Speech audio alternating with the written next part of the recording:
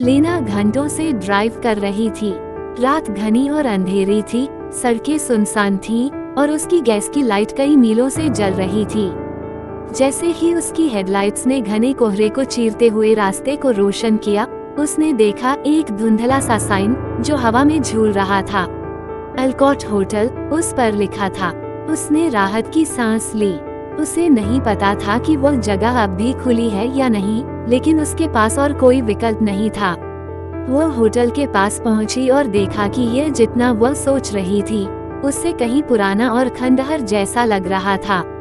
इसके खिड़कियां धुंधली थीं और एक समय का शानदार दरवाजा अब टेढ़ा होकर लटक रहा था। यह एक पुराना और जर्जर ढांचा था, लेकिन थकी हुई और परेशान लेना अब और चयन नहीं कर सकती थी। होटल के अंदर लॉबी ठंडी और बदबूदार थी। हवा में सड़ांध और नमी की गंध फैल रही थी। एक वृद्ध महिला जिसकी आंखें खोखली थीं, काउंटर के पीछे बैठी थी। उसका चेहरा पीला था, जैसे वह बीमार हो, और उसने एक शब्द भी नहीं कहा जब लेना उसके पास आई। लेना ने पूछा कि क्या कोई कमरा उपलब्ध है, और बिना मुस्कान या सिर हिलाए महिला ने एक चाबी उसे थमा दी। चाबी भारी थी, उस पर लिखा था 207 और उसका ब्रास नंबर घिसा हुआ था। लेना ने दूसरी मंजिल की ओर कदम बढ़ाए। सीढ़ियां चटकने लगी। गलियारे में अंधेरा था। कमरा 207 गलियारे के आखिरी छोर पर था और उसका दरवाजा थोड़ा खुला हुआ था। जैसे ही लेना ने उसे खोला, लॉबी की बदबू और भी ज्यादा महसूस हुई। कमरा सादा था। एक पुराना बिस्तर जिसमें गद्दा सिमट चुका था, एक अकेला बल्ब जो झपक रहा था। लेना बिस्तर पर लेट गई, थकी हुई थी और कमरे की स्थिति की परवाह नहीं की। लेकिन जैसे ही उसने अपनी आंखें बंद की, उसे कुछ आवाज सुनाई दी। एक हल्की सी धड़कन, जैसे कोई गलियारे में कदम रख रहा हो। लेना बैठी, दिल तेजी से धड़कने लगा, ध्यान से सुनने की कोशिश की। कदम रुक गए, फिर से शुरू हुए, अब और करीब। वह धीरे से दरवाजे की ओर बढ़ी और दरवाजे की दरार से झांका।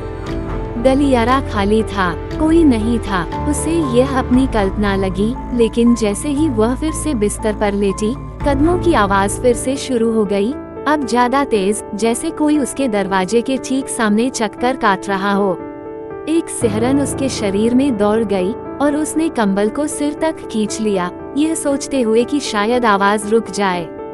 लेकिन आवाज नहीं रुकी। आधी रात को लेना एक दरवाजा जोर से बंद होने की आवाज से जागी। वह बिस्तर से कूदी, आंखें फैल गईं, लेकिन कुछ दिखाई नहीं दिया। गलियारा शांत था, केवल उसकी अपनी तेज सांसों की आवाज सुनाई दे रही थी।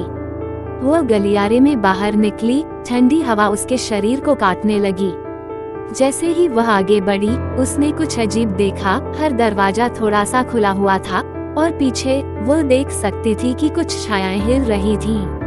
लेना जल्दी से अपने कमरे में भागी, दरवाजा बंद किया और ताला लगा दिया।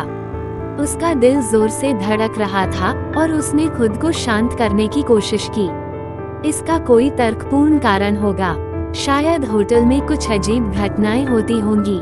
शायद वह बस थकी हुई थी। लेकिन फिर उसने फिर से वही सुना, वही कदमों की आवाज, अब और पास आती जा रही थी, और फिर रुक गई, ठीक उसके दरवाजे के सामने।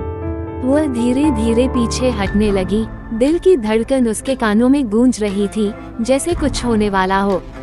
दरवाजा चरचरा कर खुला। दरवाजे के बीच से उसने कुछ देखा। एक लंबा आदमी जिसका चेहरा छाया में छिपा था, हाथ दरवाजे की ओर बढ़ा रहा था। लेना चीखी और दौड़ने की कोशिश की, लेकिन कमरा जैसे घूमने लगा, दीवारें सिकुड़ने लगी। वह पीछे की ओर लड़खड़ाई, उसकी आंखों के सामने धुंधला सा दृश्य छा गया। हवा में सड़ांध घुलने लगी और तापमान गिरने लगा। वह छाया दरवाजे के भीतर आ गई।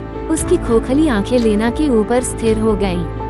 अंतिम बार लेना ने देखा, जब अंधेरा उसे लपेटने लगा, तो वही महिला जो रिसेप्शन पर बैठी थी, दरवाजे में खड़ी थी, हल्की रक्त से सनी मुस्कान के साथ। एल्कॉट होटल ने एक और आत्मा को पकड़ लिया था।